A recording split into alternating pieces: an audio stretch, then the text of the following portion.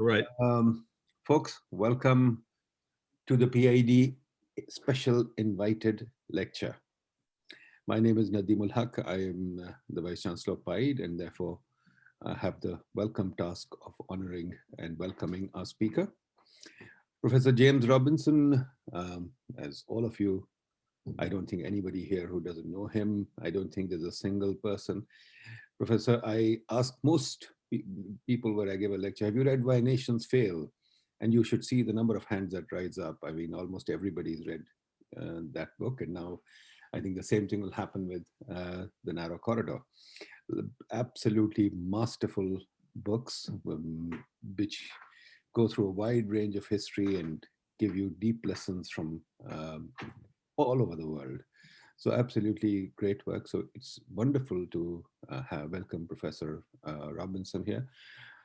Just for your information, Jim, PID was formed by Harvard about 70 years ago, one of the first think tanks in the world, and it was probably set up to try and see how we can mainstream research and thinking and ideas like yours into policy. I'm not sure we succeeded, but it survives. And lots of good people have contributed to it, including famous professors like Harry Johnson, Keith Griffin, many other people have come and worked at PID and helped us grow. So there we are, and we are trying to now follow the tradition and trying to mainstream policy and research, into our academia. And people like you, when you come and talk to us, it just inspires our students. And really, this lecture is for our students to learn from you and to put your work or use your work into their research and develop it from there. So there we are. So with that, let me first, before I hand the floor over to you, Professor Robinson, let me ask Fahad Zulfikar, who has worked hard to get you on here, to give a brief introduction and a welcome address to you, and then the floor will be yours. Fahad, go ahead. Thank you so much, sir. Professor James Robinson is the director of the Pearson Institute for the Study and Resolution of the Global Conflicts. Professor Robinson is guiding the Institute's research agenda, engaging the international academia and practitioner community through the Pearson Global Forum, and setting the curriculum for the next generation of leaders and scholars. Professor Robinson's areas of academic interest are political and economic development and the factors that are the root causes of conflict. His work explores the underlying relationship between poverty and the institutions of a society and how institutions emerge out of political conflicts. His work has deepened the understanding of political institutions throughout the world. Professor Robinson is widely recognized as the co-author of Why Nations Fail, The Origins of Power, Prosperity, and Poverty, with Professor Acemoglu. The book is translated into 32 languages since its publication in 2012 and offers a unique historic exploration of why some countries have flourished economically while others have fallen into poverty. Professor Robinson has also written and co-authored numerous books and articles, including the acclaimed Economic Origins of Dictatorship and Democracy and The Narrow Corridor, State Societies, and the Fate of Liberty, both books co-authored with Professor Acemoglu. Sir, a very big warm welcome to you. We are really looking forward to your talk, and thank you so much for being with us at PIDE today. My pleasure. Thanks very much for that. Thanks very much for the invitation and for those very generous remarks. So what I'm just going to talk about the book it's a very long book, but I'm going to try and talk about it, all the main ideas for 40 minutes, and then I very much look forward to hearing people's thoughts and getting questions, and and I just look forward to coming there and lecturing in person well, I've never actually been to Pakistan. Isn't that embarrassing? I've worked with Ali Chima at LUMS and also Asim Khwaja at the Kennedy School, but I've never been to Pakistan. So it's deeply embarrassing to me to have a research project about a country that I've never actually visited. I think it's the first time for me. So I'm very much looking forward to coming and meeting you all in person and lecturing. That'd be very, very exciting. So without further ado, let me share my screen and jump into this. Okay, here we go. Whoops. Now what do I need to do? I need to, okay, slideshow. All right, here we go. Sorry. All right, can you see that? Yes, we can. Okay, great. So The Narrow Corridor. So what's the book about? I think in writing this book, Professor Acemoglu and I, we may not have succeeded, but we had several. Maybe I can come back to this at the end, but we had several objectives, and one of the objectives was to try to sort of broaden the agenda or broaden the dependent variable. So let me start with two claims, but both of which, the first of which may be, contentious, which is that human beings want to live in liberty. And what do we mean by liberty? Well, here's a very standard definition of liberty, which comes from John Locke's Second Treatise of Government: a state of perfect freedom to order their actions. So someone lives in liberty if they're in a state of perfect freedom to order their actions and dispose of their possessions and persons as they see fit, without asking leave or depending on the will of any other man. So this is a classic definition of sort of negative liberty, if you like. So that's the first claim. That's a sort of universal, very universalistic claim. Humans everywhere in the world want to live in liberty. So that's an empirical claim, if you like, but that's the first argument. Okay, so that, if you accept that, the second claim is much less contentious, it seems to me, which is that there's a large amount of variation in the world in the extent to which people enjoy liberty. Okay, so if that's your definition of liberty, there's huge variation in the world in the extent to which people enjoy this liberty. And really the book is trying to propose a positive theory of that. Where does all this variation come to? Where does it all come from? And of course, since we're economists, we're also interested in the connection between liberty and other things like economic outcomes. But the book is much more about the sort of political dynamics that would create a society which generates liberty. Okay, so I think at the start of the book we think about just how do you map this variation, and I think some sources of illiberty or some sources of variation in liberty are sort of obvious to everybody, it seems to me. Hold on a second. So I think it's very common to any social scientist, and this was certainly on Locke's mind, was an obvious situation of illiberty is where you have a very powerful state that dominates society. Locke, when he was writing in the late 17th century, was writing against Hobbes's vision of this powerful leviathan, and Locke was very concerned about how do you control such a thing.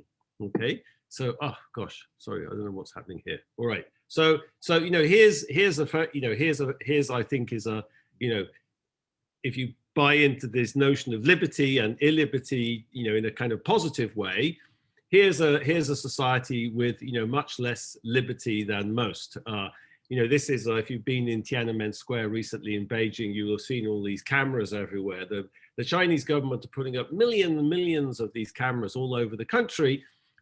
When George Orwell wrote his book 1984, he sort of he had this famous slogan, Big Brother is watching you. Big Brother couldn't actually watch you in 1948, but now he can. Okay, so I think this is a very familiar theme, going back even earlier, probably 100 years before Locke, to the Huguenot philosophers, or the Huguenot thinkers who were writing against the French, the construction of French absolutism, this idea of the state dominating society is a source of illiberty. Okay, but that's obviously not the whole story. China is China, but there's many other parts of the world that don't seem to have much liberty, that don't look anything like China. All right. So here's an example, like Yemen, for instance. So Yemen is not a situation where the state dominates society. In fact, if anything, it's the other way around. The state hardly exists, and I'm not talking about now during the Civil War, but even, before the Civil War started, if you went outside Sana'a, you had to go with bodyguards, with Kalashnikovs, because the state, the national state, didn't control the territory, especially the north of the country. Instead, power was very decentralized in society. You know, there's a famous definition of the state due to the sociologist Max Weber, which, you know, Weber said the state is that human community that successfully claims the monopoly of the legitimate use of violence within a given territory. So he emphasized the monopoly of the legitimate use of violence. But in Yemen, if anything, it's society that has the legitimate monopoly of violence, not the state.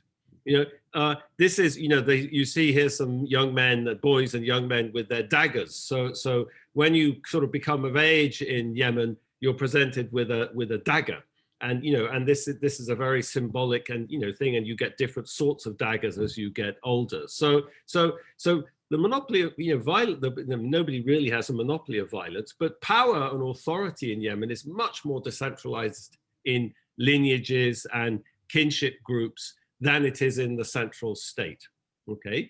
But so this is not like the Chinese case, and I'm kind of emphasizing this is actually, you know, in some sense it's the opposite of the Chinese case. And there's probably many more places in the world that are similar to Yemen than there are similar to China. But I think it's obvious that this situation, this kind of, the opposite of the Chinese case, doesn't create liberty in Yemen, you know, abstracting from the current civil war, you know, which may or may not be connected to what I'm talking about, you know. But even before the civil war, you know, if you read any ethnography of Yemen, you'll realize that, you know, this is not a situation with much liberty. The state was not dominating society, but there was quite a lot of what, you know, Hobbes in his book Leviathan calls war, you know, what Locke calls the state of nature, you know, so that there was feuding, intense feuding, and there was a lot of violence between these different groups, lineage and kinship groups. Okay, so I'm just quoting Leviathan here, but so that's a very familiar source of illiberty, you could say. But that's not the only problem with this situation in Yemen either, you know, and this is something I'll come back and emphasize a little bit, which is that, you know, Hobbes was wrong, you know, and Locke was right, you know, in some sense. And one of the things they disagreed about was how bad it was to be in a society with a weak state. And Locke pointed out that, well, things weren't as bad as Hobbes said, because there's what he called natural law. And, you know, I think what you see in all of these societies, types of societies where the state is weak, you see the development of all sorts of norms and practices which reduce the amount of conflict and disorder that Hobbes was worried about. But those norms and practices that emerge don't necessarily create liberty either. Okay, so I want to emphasize here, you know, there's very different sources of illiberty, if you like. So the Chinese case, I think, is very, you know, straightforward. If you know what's going on in Central Asia at the moment, you know exactly what I'm talking about. But if you move to the opposite of the Chinese case, there's other sources of illiberty. There's a very Hobbesian type of illiberty, but there's also a third type of illiberty here, which comes from the kind of response of society to this situation and the creation of norms and practices that make it, you know, that kind of create a particular type of order, but it's not a very liberal order.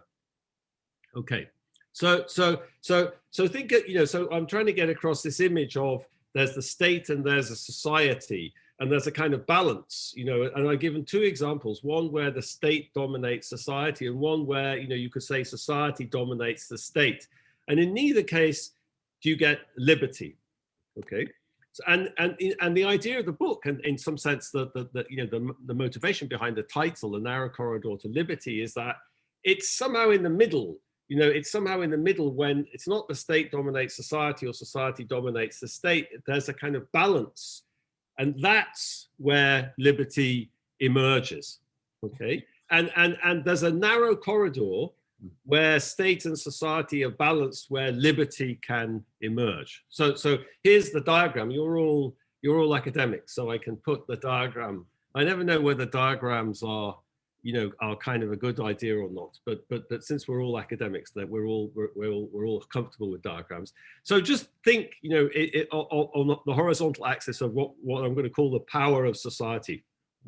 What do I mean by the power of society? I mean, you know, the power, the ability of society to kind of organize and act collectively, you know, and in a place like Yemen, there's all sorts of social structures, as I discussed, which facilitate, social mobilization, collective action. So society is powerful. And on the vertical axis, I'm going to talk about, I have here the power of the state, the ability of the state to maybe collect resources, to enforce regulations, to dominate society, to control society, to monitor society with all those cameras, okay? And the idea of the narrow corridor is in the middle here, this balance between the state and society. So over here, you have what we call, using this Hobbesian terminology, a despotic leviathan. So where the state is much more powerful than society. On the horizontal axis here, we have a situation, I'm saying, Yemen, Lebanon, Lebanon also has a state, Lebanon is a place where, the power is in society, not the national state, where the society dominates the state. And in the middle, it's this balance of power, and the thick black lines identify what we call the narrow corridor where this balance emerges, okay? And this diagram is meant to suggest a few things, one is that actually, it's true that the state dominates society in China, but that it has a particular type of power in some sense. It has this very, hegemonic power over society, but there's many dimensions to state power in terms of the cooperation of people in society and the trust that people have in the state. And what this diagram is meant to emphasize, this is a kind of theorem in the academic papers sort of underpinning this, is actually it's in this middle, where state and society balance each other, that the power of the state becomes stronger. Okay, so there's a particular dynamic. And I'll talk more about that as I get into it. I want to talk about this dynamic, this dynamic competition between the state and society. One of the claims is that that's actually what creates the most powerful states and the most powerful society. Okay, so all right. Okay, so let's so with that in mind, the book is meant to provide, so there's our framework, the book is meant to provide this way of thinking about the emergence of liberty.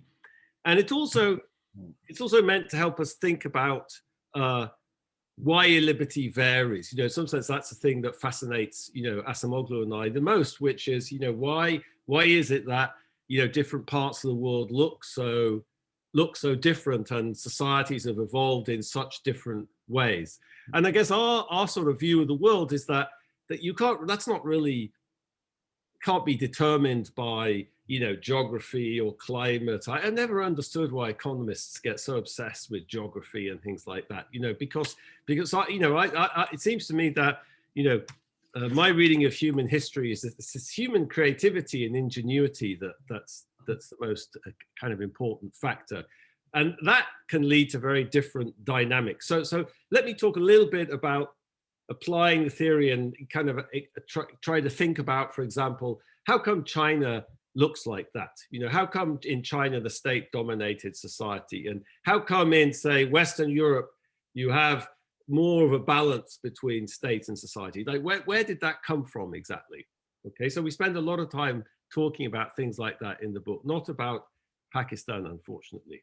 Maybe our next book, but Pakistan, as I said, I haven't even been to Pakistan, so I'm embarrassingly ignorant. You can tell me. Okay, so how do you get into the corridor? Let me think about, how did Europe, Western Europe, for example, get into the corridor?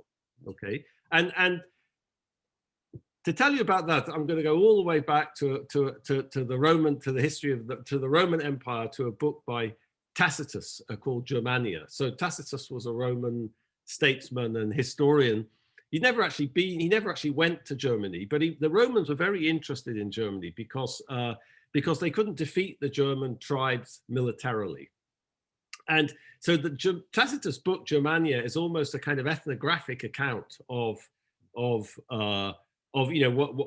how were the German tribes organized, and why were they so successful militarily, and why couldn't we defeat them? So here he's describing the political institutions of the German tribes. And so over matters of minor importance, only the chief debates. On major affairs, the whole community, the whole community debates. The assembly is competent to hear criminal charges, especially those involving the risk of capital punishment. These same assemblies elect, among other things, the magistrates who administer justice in the districts and villages. So what Tacitus kind of points out is that the Germanic tribes have this incredibly participatory political system, dominated by this assembly. Okay. So why is that significant for the history of Western Europe? Because it is significant for the history of Western Europe because when the Western Roman Empire collapsed, it was overtaken by these German tribes, like the Franks.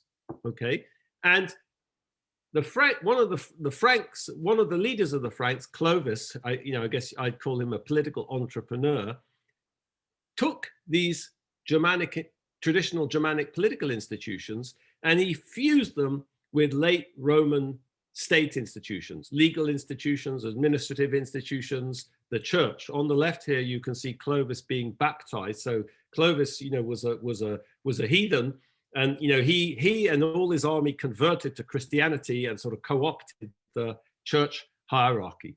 Okay, and so he took these very participatory political institutions and he merged them with state institutions. Okay, and so in our telling, this is the moment where this balance of power emerges between the strength of the state and the strength of society, and it becomes institutionalized to some extent. This is this is 1,500 years ago, so it's a long time ago.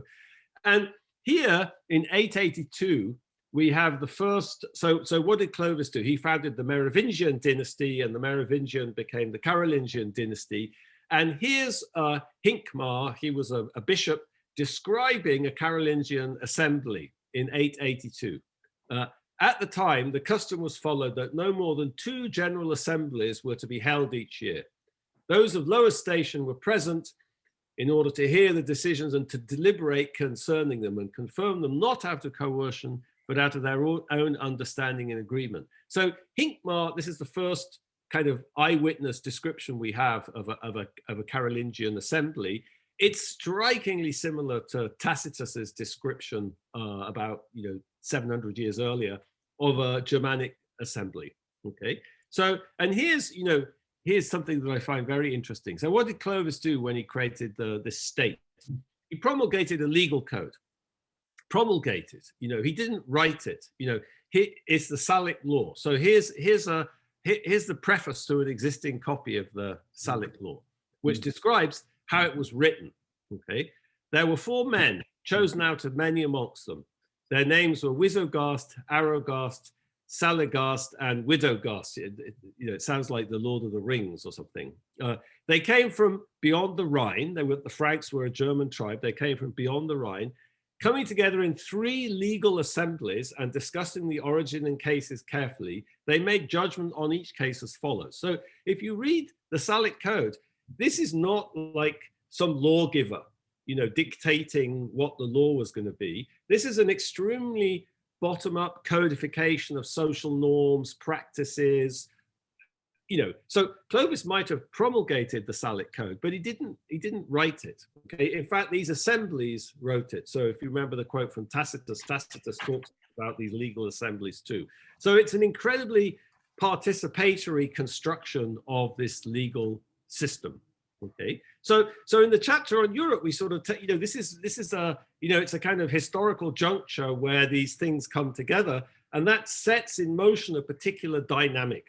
And that dynamic we call the Red Queen effect, which is this competition between state and society. So this is not a kind of social engineering. It's not like, you create this thing and it stays there. Like, look at what's happening in the United States at the moment. The United States is not just that these people got together in Philadelphia in the 1780s and wrote the Constitution and everything else goes like a smoothly working machine. No, there's constant competition and contestation, to maintain the institutions. And so, but it's a very path-dependent contestation.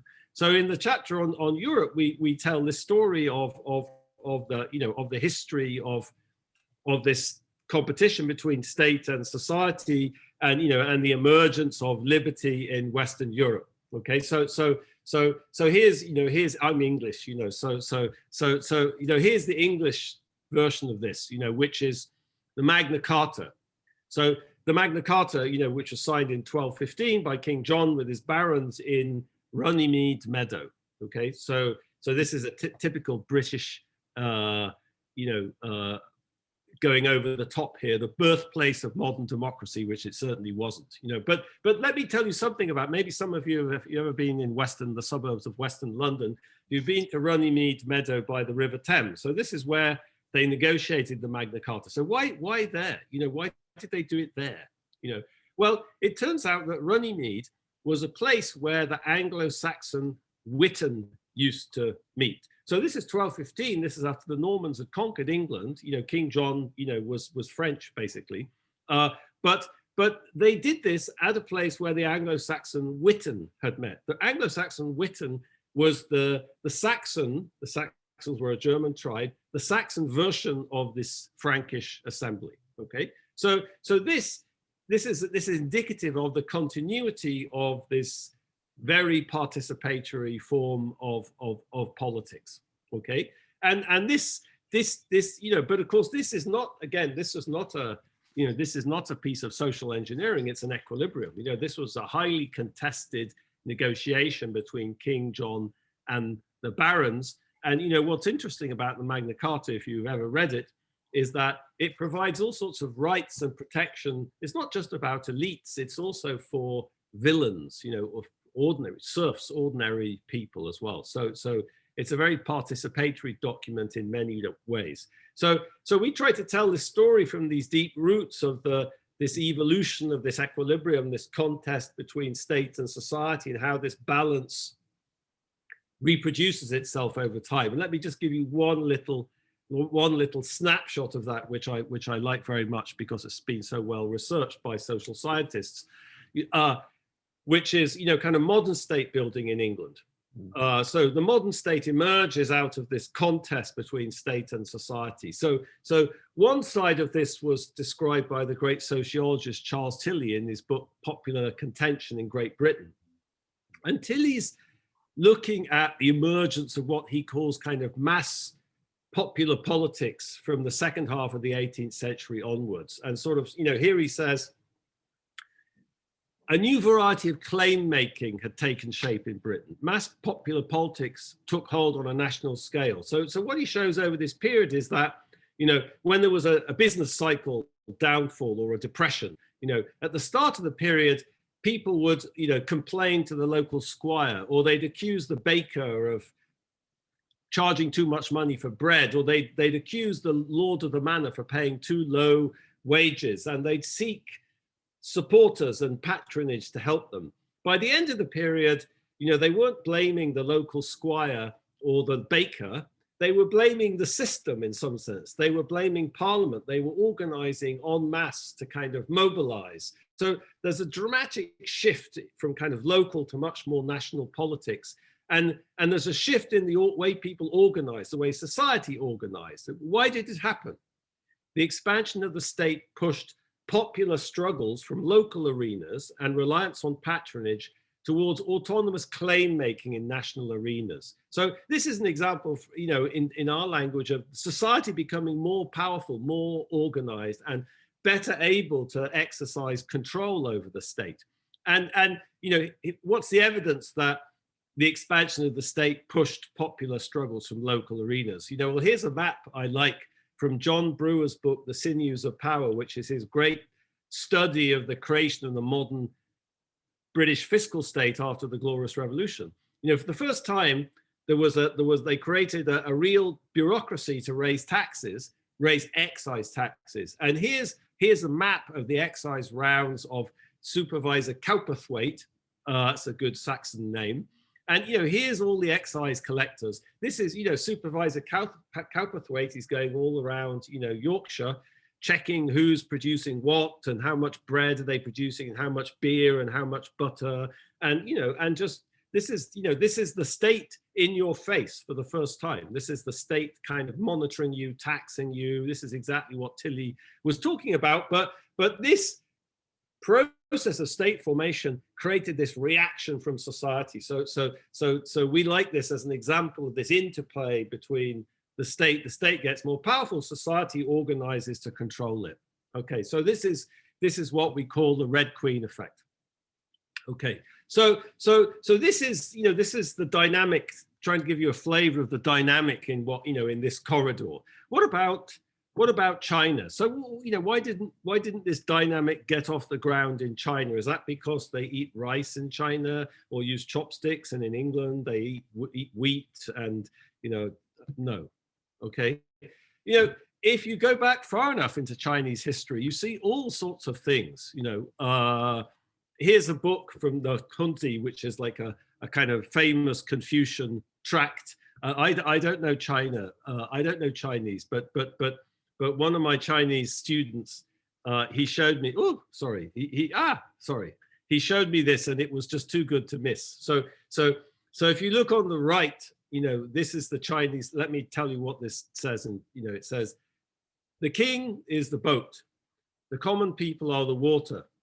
The water holds up the boat, or the water sinks the boat. Okay, so the people can hold up the boat with the king, or they can sink it. So this is a statement about accountability. This is not so different from the Germanic tribes. This is, this is pre-Qin. This is before the first dynasty, when Chinese society was much more decentralized. In fact, there's all sorts of evidence of assemblies and control and accountability. And, we know that, if we go back in history, human society, when it was smaller scale, had all sorts of mechanisms of accountability and participation and constraint on the use of authority. And so this is, this is not so different. But then what happens? Well, a new model emerges in China. About 100 years before the first dynasty, the Qin dynasty consolidates itself. This is one of the intellectual founders of that model, Shang Yang, or Lord Shang. And here's a passage from his from his existing writings. He was a sort of Chinese Machiavelli. It's like it's fabulous stuff to read. Of course, writing over 1,000 years, 1,500 years before Machiavelli. When the people are weak, the state is strong. Hence, the state that possesses the way strives to weaken the people. So when the people are weak, the state is strong.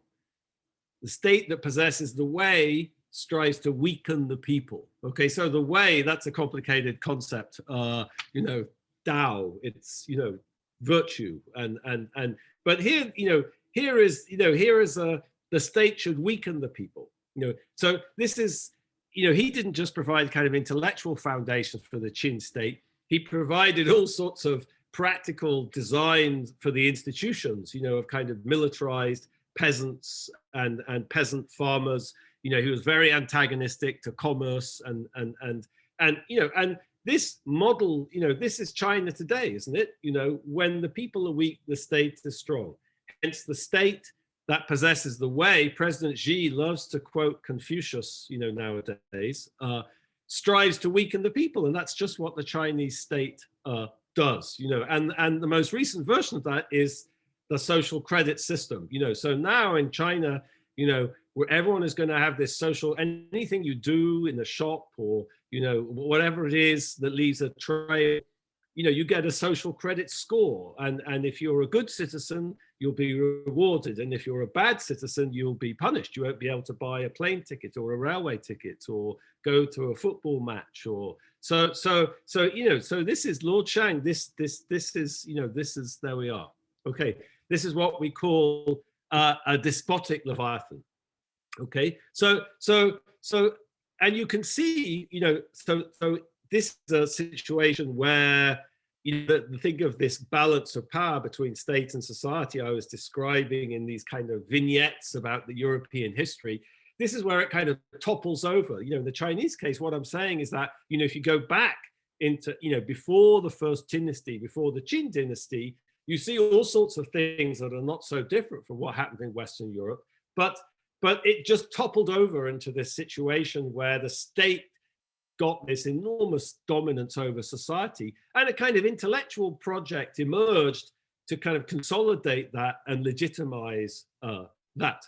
Okay, so you might think, so what about these other cases? What about something like Yemen? How do I think about the other side of the corridor? Well, we have a very simple explanation for that in the book, which is in some sense, you know, the anticipation of this Chinese equilibrium, you know, is very scary. You know, so the anticipation that creating hierarchy and authority or creating a state will lead to this dominance is enough to kind of make you avoid it. Okay, so we give this. Let's see how am I doing for time? We give lots of examples of this in the book, but one of my favorite ones, I'll talk about it very fast, is an African example. Maybe it's too. There's no time limits, Professor. Keep going. It's okay. Okay, all right. You know, which is, so I'm just trying to give you a flavor of the kind of mechanisms at work here. You know, so you know. In the European case, you know, I gave you this idea of the state trying to control society. You know, that's what the excise tax system was trying to do, and society kind of pushing back against that. But that's a competition in the Chinese case historically that kind of toppled over into a situation where the state dominated society. So the way we try to explain these other cases like Yemen or many cases in Africa or other parts of the world is that in some sense, it's the anxiety that you'll get onto this Chinese path that keeps this equilibrium where society dominates the state or the state is very weak. I think you see that in many parts of sub-Saharan Africa. And the leading example we use early on in the book is from Nigeria, in Tivland, you know, in Nigeria, where, you know, the Tiv were a society, you know, with some similarities to Yemen society. It was a society organized around very powerful kinship groups and sort of lineages, and it didn't have centralized state authority. It didn't have centralized authority at all. Of course, that's not true in Yemen. I mean, in Yemen, you know, they had the whole experience of state formation, you know, with Muhammad and the rise of these very powerful Islamic states from the 7th century onwards. And so you know, that was a different kind of context in which Yemen functioned relative to you know, and they had this, you know, they had Islam and they had religions that could help build institutions and you know, so that this obviously that's different in this African case, but there are some types of similarities. And what's interesting about the Tiv is that it's kind of very well documented, you know, the politics in some sense of statelessness, you know, so why was power so decentralized within these families and kinship groups? Why was there not any kind of centralized political authority at all? And the argument, you know, that ethnographers have, so here's, I don't want to insult anyone's intelligence, but this brown is, I don't know if my cursor doesn't seem to be, oh, it does, it is working if you can see it. So the Tivland is down here, Makurdi, this is on the Benue River in southeast of Nigeria. And so the you know, the one of the, this is one of the best documented examples of, you know, why was it so difficult to construct centralized authority? And what Paul Bohannon, who was the ethnographer who kind of studied this, pointed out was that any attempt to sort of exert authority or kind of tell other people what to do or kind of build something like political institutions ran into accusations of witchcraft, you know. So here is this is one of Bohannon's photographs. This is a diviner, and you can see here in his left hand he has a kind of fly whisk, and this was used to sort of smell out witchcraft. And Bohannon points out that, you know, men who acquired too much power were whittled down by means of witchcraft accusations.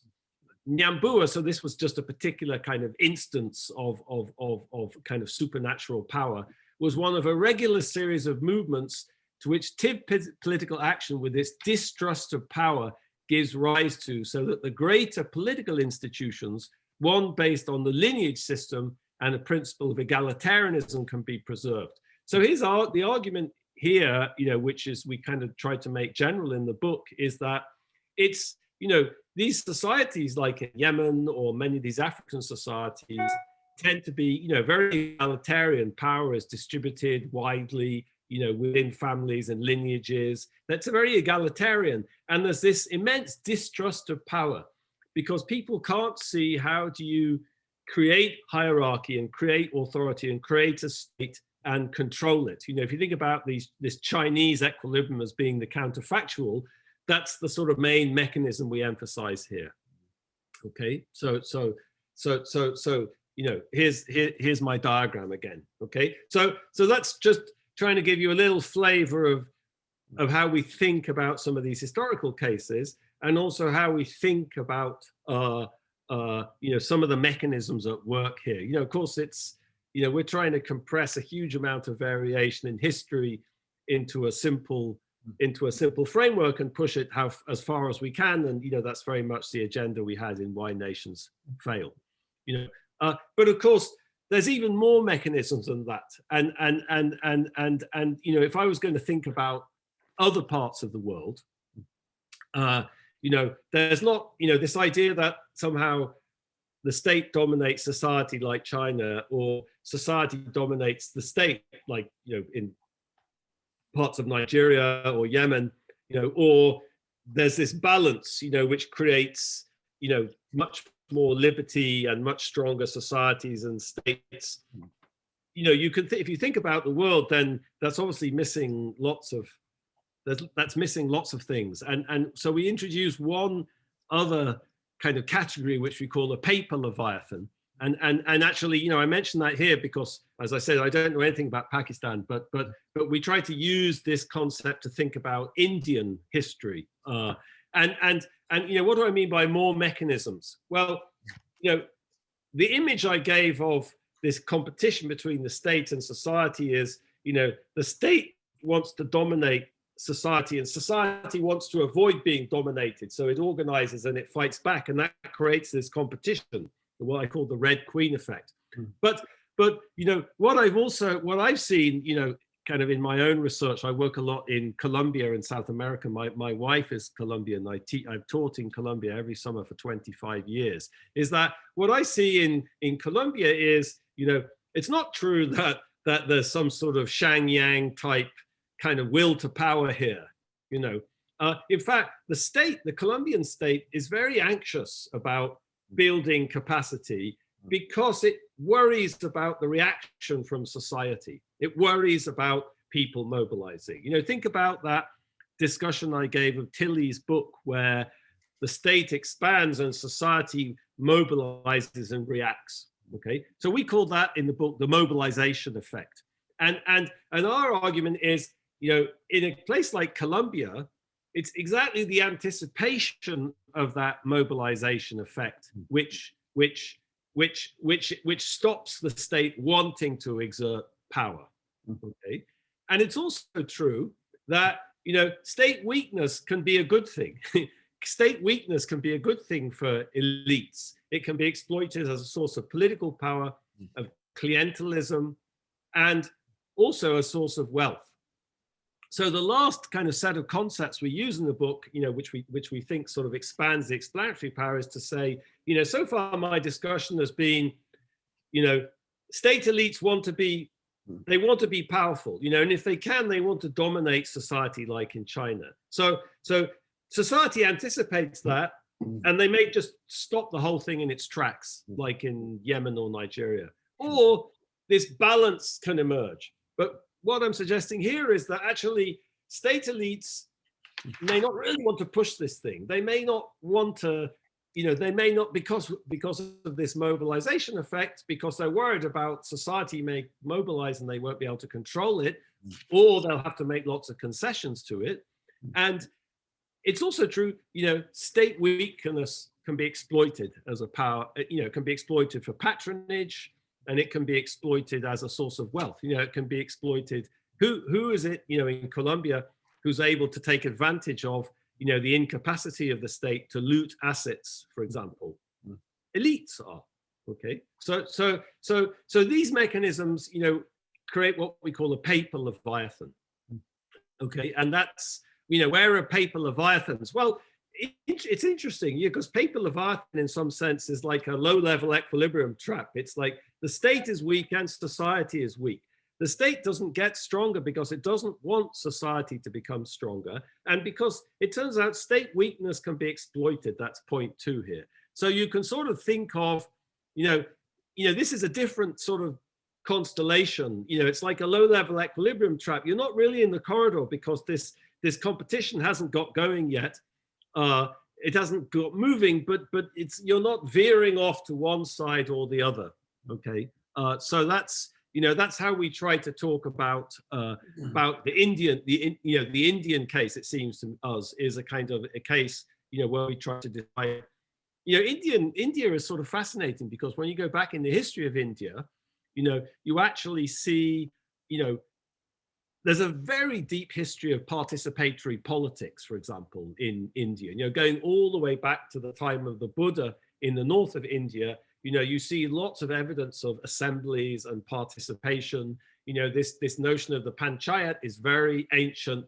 The south of India, especially in Tamil Nadu, there's very well documented instances of popular participation. So that's very un-Chinese, but that's also tangled up with the, I would say, with the caste system and other aspects of society that makes it very difficult to create this sort of Red Queen effect. So that I'm raising huge things that we could spend years talking about. So I'm just trying to give you a little flavor of that. Okay, so I'm happy to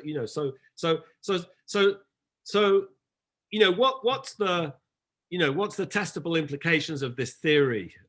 You must have read Milton Friedman's positive essay on positive economics. So I guess we that's sort of tongue in cheek. I mean, we think more of this in terms of here's a framework. It's very simple. There's a few mechanisms, and perhaps it helps you think about all this variation we see in the world. But there's a few consequences. One is that Lord Shang was wrong. The most powerful states have the most powerful societies. That's a sort of theorem in the model. We could argue about whether that's true empirically, but that's a consequence of the analysis in some sense. And obviously here, the emphasis is very much on divergence. There's no process here, some natural process of convergence. China has been in this equilibrium for close to 2,500 years.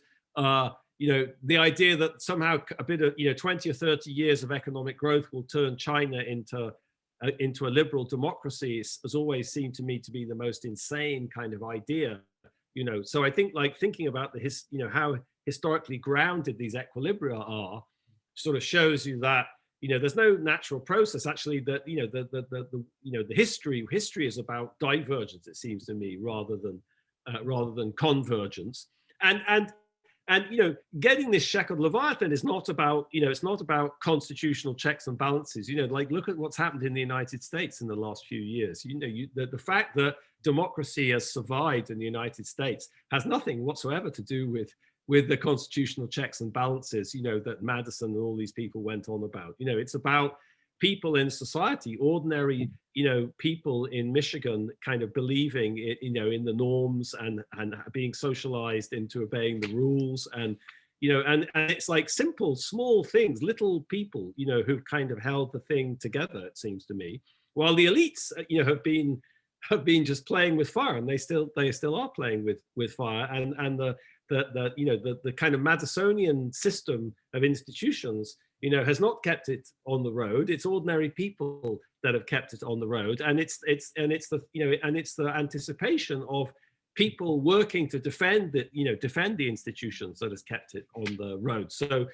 that's the kind of image, and this equilibrium it's hard. The corridor is narrow, and if you think about European history, you're all thinking, well, hold on a second, but didn't the Nazis, weren't the Nazis the German tribes? Yeah, but then there was absolutism after the 30 Years' War, and there was the Nazi state, and so So we try to talk about these dynamics, that sometimes this competition between state and society can get out of control and become unstable, and you can lurch out of the corridor.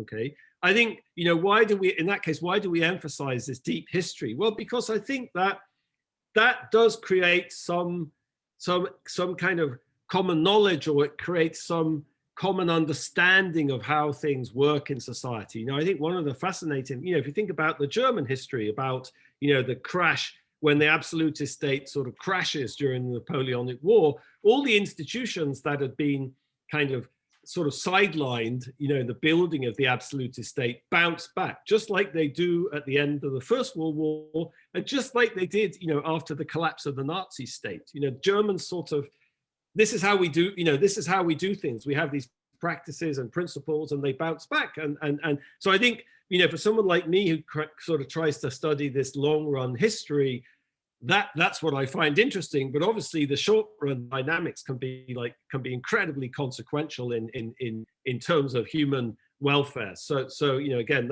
I'm just sort of anticipating some of the things that we talk about in the book. And you know, and there's nothing, you know, there's nothing uniquely Western about liberty here, you know? I mean, like, it's true that a lot of the philosophical work I started by talking about Locke and Hobbes, you know, it seems like a very Western narrative, you know, but I guess you know, I don't know, you know, you're the world well, but I've worked for many, many years, you know, in Latin America and sub-Saharan Africa. And I'm very comfortable with, you know, people have very different cultures and they have different ideas about, you know, a good life and what's important. But I'm very comfortable with saying that, you know, people everywhere I've met, all over Africa or South America, they are concerned about liberty in this way, and being able to organize themselves and their lives and their communities in the way they want to. And, you know, there's very different models of that, but I don't think there's anything Western about this notion of liberty. It could be that a lot of the intellectual writings and the canon is written by, you know, white Westerners, but to me, I'm sort of comfortable with this, you know, the TIV, that I couldn't talk for too much about the TIV, but, you know, to me in Africa, you know, Africans, one of the most dominant things in Africa for me is this incredible skepticism of power and authority, and this you know, this kind of, people value autonomy enormously in Africa. So okay, so this is just, you know, so we talk a little, you know, what's the, you know, what are some of the implications? I feel like you got the idea, and I should shut up and let people ask questions. Thank you very much. Thank you very much, Professor Robinson. I think that is a great overview of the book, although I must confess the book is so full of history and so full of detail that I give you great credit for trying to cover it in a short period of time. But it's a fascinating book, which, by the way, is on a prescribed reading list at PIDE. Everybody is expected to read both your books. Oh, and we also hold a book competition on people who read the book. So we get some interesting reviews and thoughts. So we'll communicate some of them to you. Okay, folks, let me suggest that all of you send your questions to Fahad or whatever, to the central thing. Fahad will ask those questions. Meanwhile, I'll just ask Professor Robinson one or two questions. Okay. Jim, you said this thing about, I mean, the picture that you draw in your book and what you said just now is a kind of a dialectic between state and society, and how they kind of hold together and build something, build a state. So state endogenously emerges from bottom up and kind of holds together, and society holds the state to accountability. And this dialectic sort of continues, and you position yourself in the narrow corridor. However, it seems to me like it's a closed economy model that, you know, the state and society are working together. But in this age of globalization, there are important external forces that I don't think you've talked a lot about in your book, and I was searching for those. So I'd like you to comment on that. One is this state building that the US has been on for the last 30, 40 years, where they've intervened in many states to, you know, try and create democracy and create things, including Pakistan and Africa, etc. And we have failed to create democracy. So that's one thing. The other thing that's also very important, you keep saying that the society must somehow hold the state accountable, and the state must look to society for cues and guidance, which is fine. But the large literature growing in the developing countries, this lady Dambisi Mayo, I don't know whether you've read her or not, Mayo, which she talks about dead aid, and she talks about the state is not accountable to the local populations, accountable to the aid agencies, and I've written about that a lot too. And that, you know, we feel totally disenfranchised in places like Pakistan. It's the aid agencies, for example, the IMF. I used to work for the IMF for 30 years. The IMF has been in Pakistan every decade in the last 70 years. We've done about 25 or 30 programs stretching over about 40, 50 years. Program after program, we are still in a program. And when I was in the IMF, I used to argue with all the mission chiefs who are good friends of mine that, look, guys, at least let a crisis happen. Mohammed Delarian, for example, was the mission chief, and I used to tell him, let the crisis happen. He said, no, we can't let a crisis happen. So if you can't let a crisis happen, then obviously the society is pulled out of it. So how do you play around with it? And then also the donors come in with best practice so that everybody's forced to do the same thing all over. So there's no dialectic, there's no ability of local institutions to grow. How do you comment on that? Yeah, I mean, yeah, I have several comments. I think Daron, Daron and I, we're accused of ignoring. I mean, I think you're rightly accusing us of ignoring these factors, and I think, I guess it's because whenever I studied a country in detail or got to know a country in detail, I guess I've always found these factors to be kind of second order. So, and I think that may be something to do with the places that I've studied. I mean, you talk about, American state building, and but isn't that like just a complete failure? I mean, it just seems to me like, if I thought about the history of Afghanistan, I mean, again, I'm not an expert on Afghanistan by any, so my knowledge is contained by having read a few books. But it's, Afghanistan's been subject to a long history of external, the British meddling. The British twice tried to kind of annex or control Afghanistan, completely unsuccessful. The Soviets were unsuccessful. The US, was unsuccessful. It seems to me, what would put Afghanistan on a different trajectory would be a genuinely legitimate kind of political project which would come from the Afghan people themselves, without, so, you could be right that outside meddling is making that more difficult to happen and delaying it.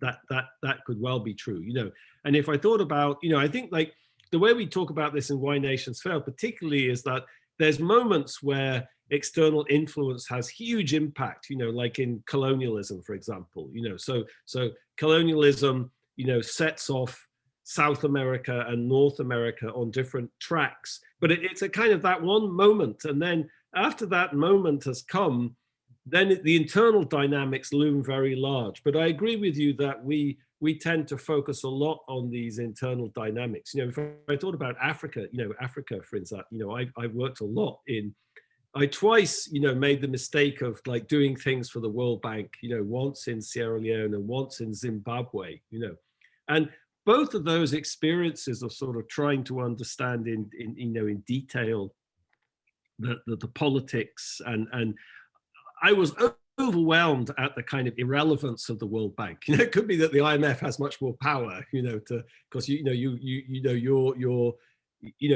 funding the budget, and the bank is more decentralized and it's doing all these projects and stuff. But I've come away from both of those experiences, thinking the World Bank is really marginal to understanding anything that goes on in Sierra Leone and Zimbabwe.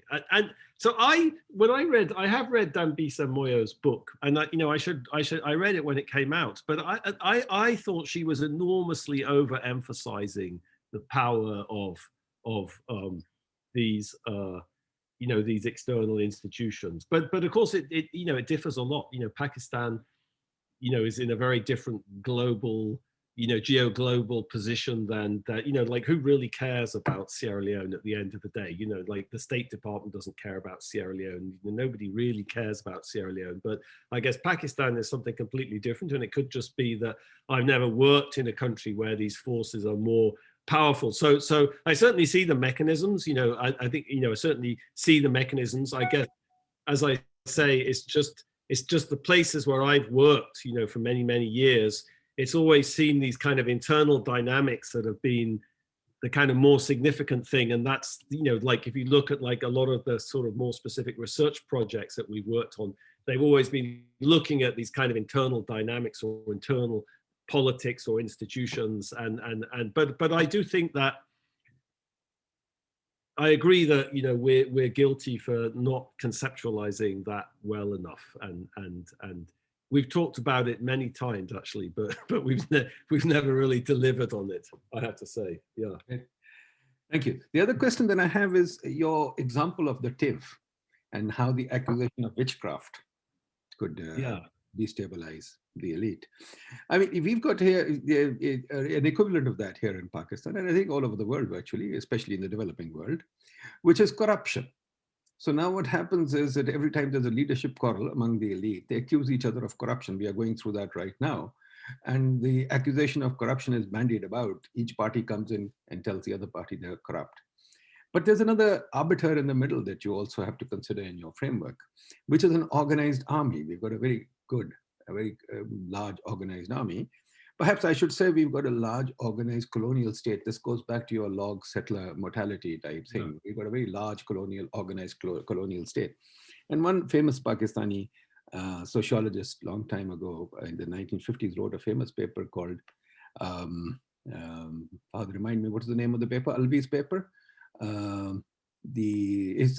Basically, the upshot was that the colonial state is organized, and the society at large, especially the political society, because of the colonial setup, is totally disorganized. So the colonial state tends to exert more power than the politicians and prevents the politicians from organizing. And the society obviously remains out of this picture.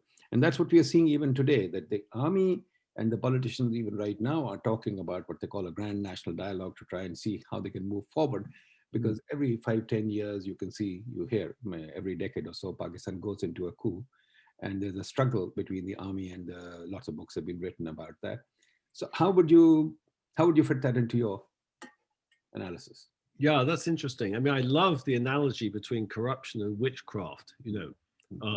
It's sort of, I mean, it's true, in African society, the exercise of political authority is intimately connected with witchcraft, because traditionally in Africa, chiefs were supposed to be, they didn't call them witches, but they were supposed to be able to use supernatural power to combat witches. But of course, if you can control supernatural power, then you're kind of a witch yourself, and so you could always be accused of, corruption is a bit like that. It's sort of like, if you go into politics, stuff is almost inevitably going to happen that's going to look like corruption, or can be construed as being corruption. So it becomes like a tool of, it's an interesting analogy, actually. We've been doing some, actually, this is a digression, but we've actually collected a lot of data the last few years about witchcraft in Congo, in the north of Congo, like looking at the connection between witchcraft and politics and witchcraft activities. So they're all so into it in Congo. But it's very hard to understand. But but I love that. I love that analogy. I'm going to think about it. Yeah. So the army. That's interesting. Yeah. So that maybe that. I mean, again, this is not the sort of legacy you see in Africa. But perhaps that there's a very different legacy in South Asia of the colonial state. Was organized in a very different way than the British colonial state was in Africa. It even had its own office, right? It wasn't And this military, I mean, the British used the Indian army, to kind of run, to govern its whole empire, So there was investment in state institutions, military institutions in South Asia, which was not true anywhere else, more or less, in the British Empire. So I don't know. I have to think about that. But so that's a kind of, it's almost like there's another player, there's another player which the sort of dynamic that we talk about can't get underway because there's a spoiler that doesn't want it to happen, but perhaps that's a bit like our paper Leviathan, which, we don't have the army in there, but the idea with the paper Leviathan is that, state elites don't want this competition to get going, because society will become too organized and society will become too powerful. And perhaps what you're saying is actually it's the army doesn't, in the Pakistan case, it's the army that doesn't want this Red Queen effect to start operating, because then it will lose its control over the society.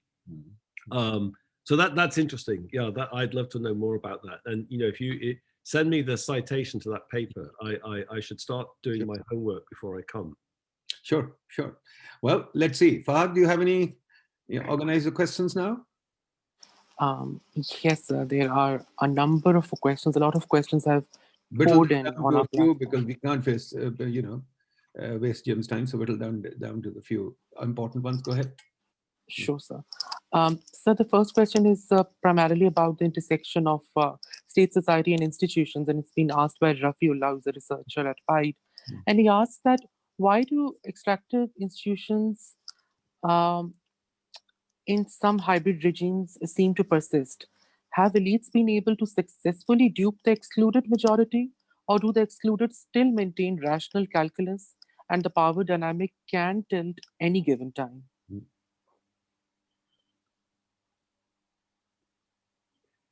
Well, I mean, our story, about the persistence of extractive institutions is really about, power in some sense, and extractive institutions, extractive economic institutions are good, are good for some people, but they make the whole society poor. Why are they in equilibrium? Because, the people they benefit are able to exert, power over the equilibrium. But I do think again that one thing that Acemoglu and I have never got into is sort of more non-rational mechanisms. I think what you like you can tell that what's going on in the United States is rather on my mind at the moment. But what you see at the moment is a huge amount of what social psychologists would call motivated reasoning. Meaning people have this view of the world and they process information in such a way as to kind of reconfirm their view of the world. So after all this storming of the Capitol last week, the BBC interviewed all these people, these Trump supporters, and the Trump supporters were sort of saying, "Oh, this was all organized by these left-wing agitators to discredit the Trump administration." It's a completely insane view, which is inconsistent with everything we know about what went on. But people are processing, it's motivated reasoning. Where I live in Bogota, where my wife and I stay in Bogota, there's a neighborhood, it's a fascinating neighborhood called La Perseverancia. And it was started by a kind of oligarch called Leo Kopp, who created the first modern brewery. He was German. He came and he created the first modern brewery in Colombia called Bavaria. So today, that was 130 years ago. Today, 97% of beer sold in Colombia is produced by Bavaria. So they basically had this monopoly for 130 years. That barrio, Bavaria, this La Perseverancia, he built it for his workers, basically. So he was a monopolist and he was also a monopsonist. He built this barrio for his workers, and it's poor. Today it's poor, but if you go and talk to people, they identify so much with Bavaria. In fact, on Sunday, if you're in Bogota, I can take you.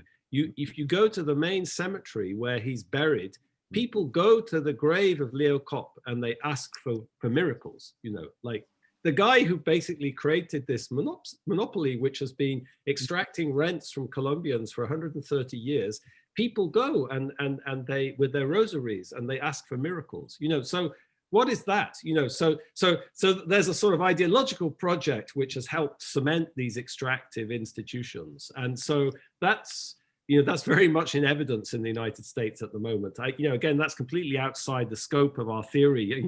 In our theory, how could extractive institutions survive democratization, for example? How could they survive political power being, spread more in society? Well, because you have tools for controlling that, patronage, or or vote buying, or, so it's not the quality of democracy is low, you know. But I think it's also, of course, true, you know, what you see is that, you know, that's much more complicated than the model we have. You know, it's much more, you know, if you think about all this populism, and there's this kind of symbolic or non-rational side of politics that I guess we've never really known how to study, you know, or we've never really known how to get. I think it's not well understood by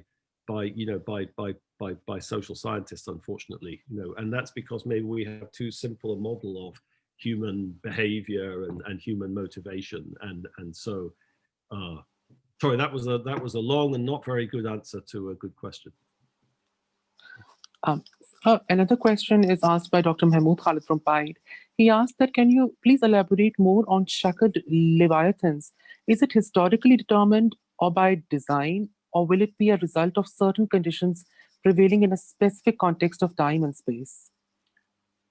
Yeah, I was emphasizing the non-design. I was emphasizing more the kind of equilibrium feature rather than the design feature. Of course, you know, I talked about King Clovis. You know, design helps. Like King Clovis, obviously, he sort of, you know, he wanted to create this state. I don't know if he thought about it like that, but he wanted to create a kind of polity, and he understood that the Romans, you know, were good at doing some things. You know, they were good at organizing, they were good at collecting taxes, and so he wanted to co-opt. So there's an element of design there in the sense of co-opting those institutions and merging them. You know, so for example, he took these Roman kind of territorial administrative units and he mapped them onto these kind of Frankish war bands. So each war band was kind of put in charge of a Roman territorial unit. So it's quite a clever constitutional design, if you like, you know. So there is an element of engineering. You could say James Madison,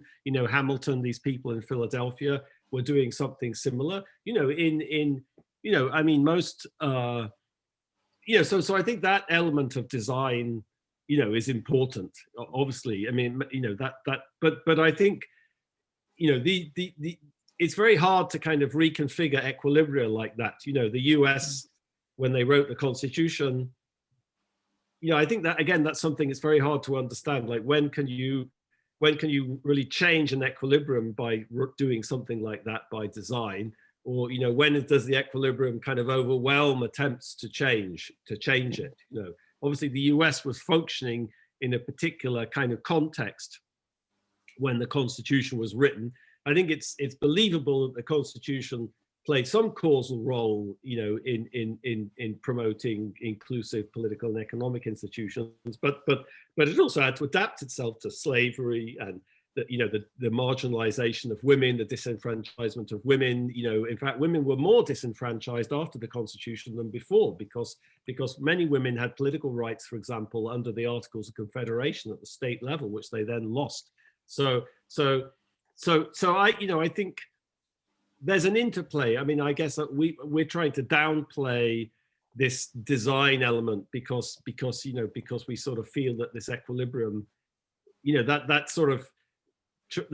leads you to think you can just kind of, you know, you can design your way into the corridor, you know. But I think that's very difficult if that's very out of sync with the way society, you know, is organized. You know, think about South Africa. You know, when apartheid collapsed in South Africa in 1994, you know, they tried in some sense to write a constitution which would get them into the corridor in some sense of empowering Black people and kind of reconfiguring the distribution of wealth and opportunity in society away from white people and towards, you know, Africans. And that's a very difficult problem, you know, which they haven't really managed to solve, I would say, in South Africa.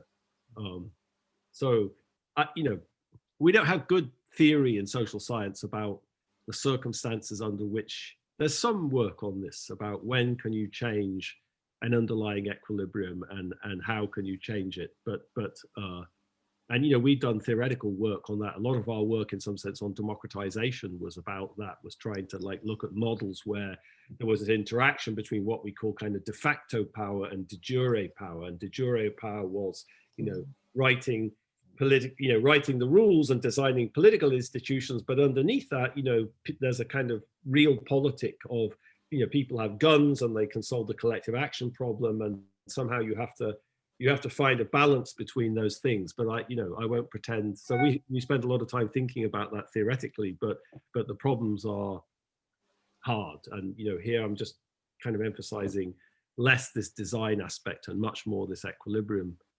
aspect. Okay. Munaz Makbul from PIDE has asked that in your state versus society argument, how can we analyze the issue of diversity of actors within a state and within a society? Diversity in what sense? You mean? Sorry, repeat that, Fahad. Repeat. How can we analyze the issue of diversity of actors within a state and within a society? Yeah, I mean, I think diversity. Yeah, I mean, it's a very simple, to talk about the state and society. In some sense, this earlier discussion of the army is about, well, actually, there isn't a state elite. There's different sorts of state elites, maybe in competition with each other or cooperating, and society, can be very, very diverse. There can be lots of different interests, and and I guess that's one of the reasons why we tend to think that having a kind of more democratic system, or a situation where political power is more spread in society, that leads to more inclusion, because it creates more equal opportunities for different groups with different objectives and different ideas. And I guess the story that we have about, if you think about my example from Tilly's work, is that part of the strengthening of society is part of a kind of increasing ability of different groups to cooperate and collaborate together and define, act collectively or define a common project. So I think diversity can create, diversity can be a great thing, because it can create creativity or innovation, and it's sort of intrinsically valuable. But obviously, a lot of diversity makes it difficult for society to act in a kind of collective way. And I guess, so in some sense, if you thought about that Tilly example, it's like part of the strength of society is finding ways for different groups to act in a common way to discipline the state, or to establish general principles that they all value, like the rule of law, for example, or basic public goods that everyone values. So I don't know if I guess that's the way I think about it. Okay. Sure. So there's this one question which is in a way related to the article by Dr. Hamza Alvi, which Dr. Nadeem was also talking about. It's basically titled "The State in the Post-Colonial Societies." It speaks of that with all extractive institutions and Western hegemony that still exists over the third world, how can a state find liberty and have state power for a proper functioning of the state institutions? Yeah, I mean, this is a bit related to the previous question about globalization. I think, it's not a coincidence that the parts of the world which have been most successful economically, in the past 50, 60 years, are parts of the world which managed to avoid European colonialism. If you think about Japan or China or Korea or Taiwan, these are all places that avoided being colonized, by the Europeans, and they were able to create a kind of autonomous project, of defining their institutions and their goals and albeit autocratic or whatever, but that sort of, and I think that's something that's been very difficult.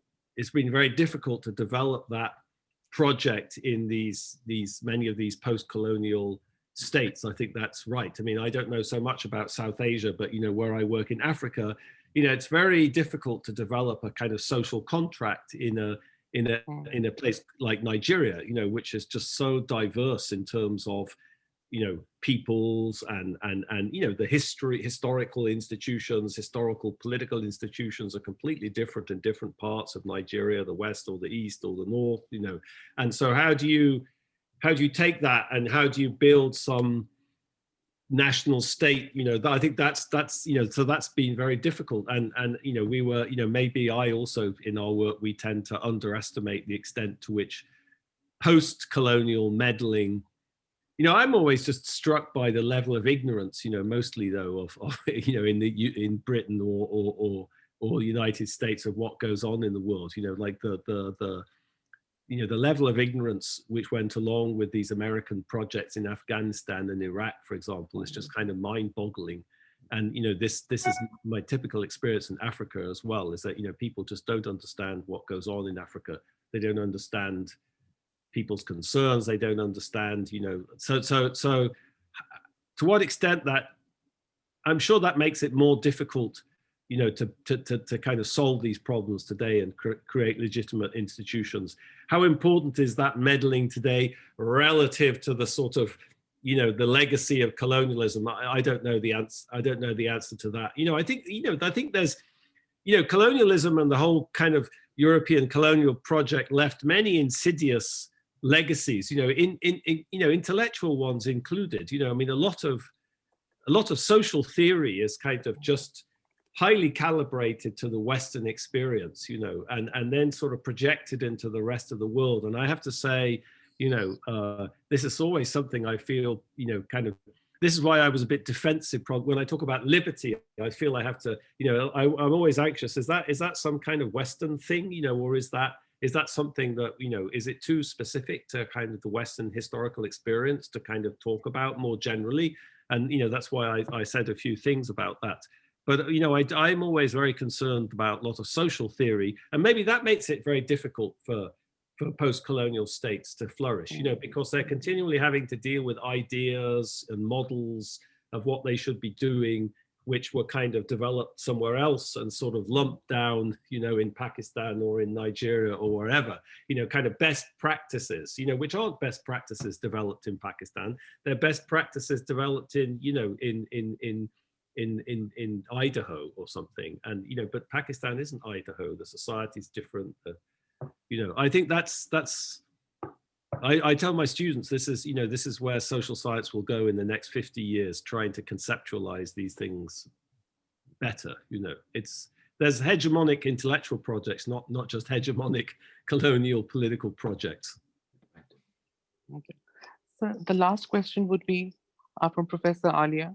She has asked, what are some of the enabling conditions for nurturing a balance between state and society? Yeah, that's a great question. I mean, I think, you know, part of the, we talk about that towards the end of the book. I think, you know, part of what we like about that diagram, it doesn't really come out when I talk about it for 45 minutes, is that, you know, it sort of suggests that the nature of the problem is very different depending on where you are. You know, there isn't a kind of one size fits all. You know, there isn't like, this is what you have to do, you know, if you want to have liberty or whatever. That the challenge, there are very different sorts of challenges, and it kind of depends, you know, you can talk, we try to talk about those different challenges in the diagram, depending, you know, to where you are, the challenge is different. So that's, you know, it's simple, but but I think the point is kind of quite profound. So it's very, I think, you know, this is often the, you know, I guess this is a problem with a lot of this institutional research, which is that, you know, you try to come up with concepts and a language for making kind of broad statements, you know, but once you come to sort of saying, you know, what should happen in Nigeria or something, then all the specificities of the context become incredibly important, you know. So I think, you know, the challenge in Yemen is completely different from the challenge in China or somewhere else. You know, that's a very crude statement, obviously, but you know, so I think we tried to talk about some examples of that. Actually, in fact, we just wrote something for the International Monetary Fund, talking about the International Monetary Fund, where we tried to, they asked us, some people, and Ralph Chami, I don't know if you know Ralph, who's this, I guess he's Tunisian. He asked us, he challenged us to kind of, can you distill some kind of lessons, you know, some sort of general lessons about how you get into the corridor. So I could actually send you that paper if you're interested in circulating. It's sort of, it's not in the book, actually. It's kind of following up from the book, and it has different historical examples. We actually have these examples from Somaliland and Sierra Leone and things that's not in the book, but it's actually kind of thinking about strategies for getting into the corridor. And it's actually, I said we have some stuff at the end of the book, but actually I think the thing we wrote for the IMF is actually more interesting. That hindsight is a wonderful thing, isn't it? You know, it's actually, you know, it's like sometimes, you know, you write something and it's only a couple of years after you write it that you kind of understand it. You know, that sounds crazy, but it's true. I shouldn't say that to students, should I? But no, but they must learn that the academic process never ends. It goes on, never ends. It goes on. Jim, there are a large number of questions. We cut them short to keep you, not to keep okay. You. But one last question that I'd like to throw at you, and Ralph Jamie, yeah, I got him into the fund, so I'll definitely get that paper from him, or if you can send it to us, that'll be great. The one issue that I also find kind of that you don't take up too much is the role of ideology and the role of warfare. I mean, now it has been pointed out by people like Ian Morrisseau, etc. Warfare moves society. And ideology, China especially would argue that they rose out of ideology as well as warfare. India got its independence peacefully. We never really fought for it. We got it. China fought for its independence, went through a whole series of reset movements, greatly forward, cultural revolution, etc., etc. Now, the Chinese state, autocratic though it might be, we were discussing this the other day with Cass Sunstein, and he was saying that, you know, hey, the Chinese state is very, very experimental. It may not be using behavioral economics, but it experiments a lot, and it moves with experiments. Whereas the state in Pakistan, India, etc., is kind of top down and kind of incapable of experimenting, incapable of learning from ideology. So what role would these play? And also think about it, Trump, for example, the whole Trump phenomenon, January 6th, was an ideology. It's an ideology phenomenon. An ideology is dividing the state or dividing people, societies so deeply. How will we handle that?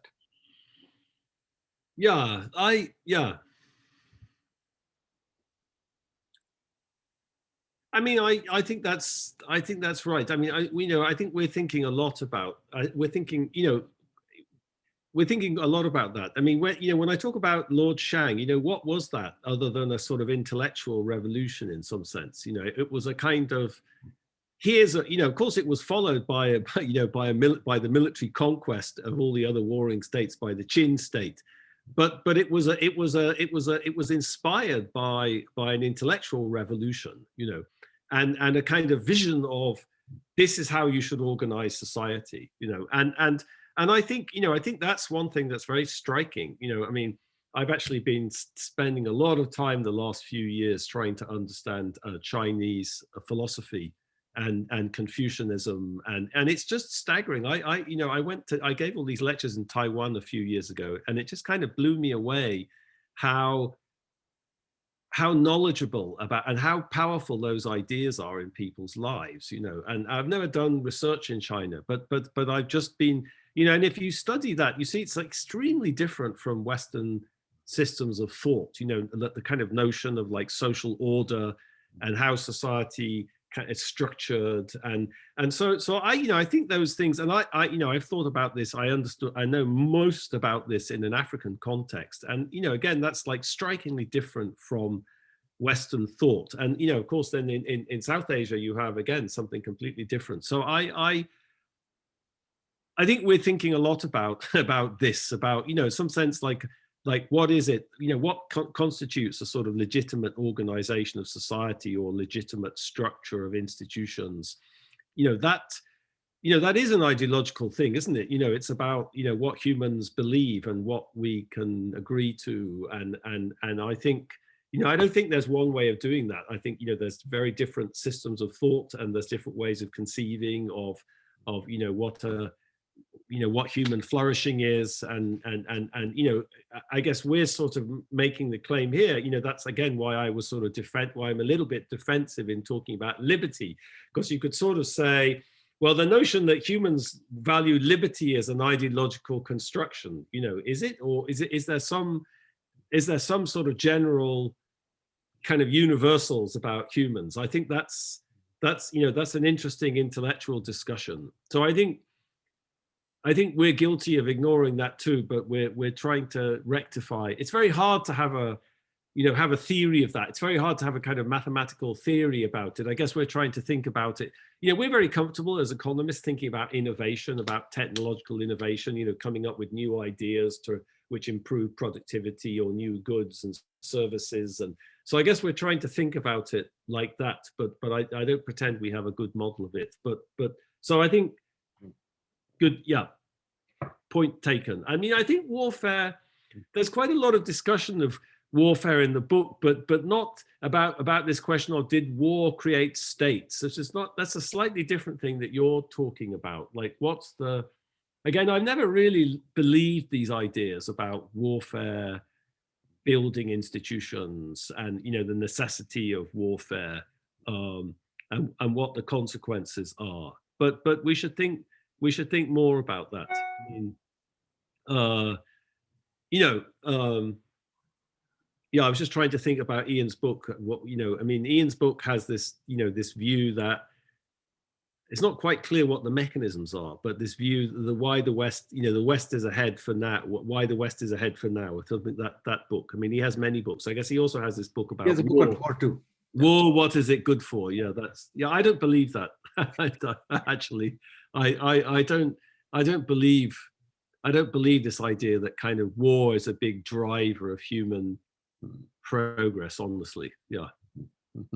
Well, thank you very much, Professor Robinson. This has been a real treat, a new year present to us. I think our kids will be very inspired. Well, they're already inspired by your work, but it's very good to see each other physically. And I must confess, COVID has, one good thing of COVID is Zoom.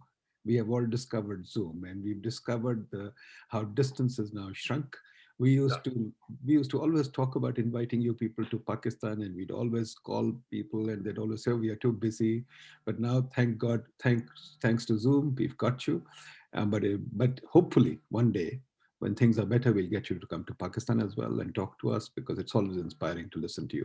Thank you very much, Professor Robinson. All the best for a wonderful discourse. Yes, I would love to come and see you in person. Yes. Great. Thank you. Bye-bye. Okay, thank you very much. Thank you.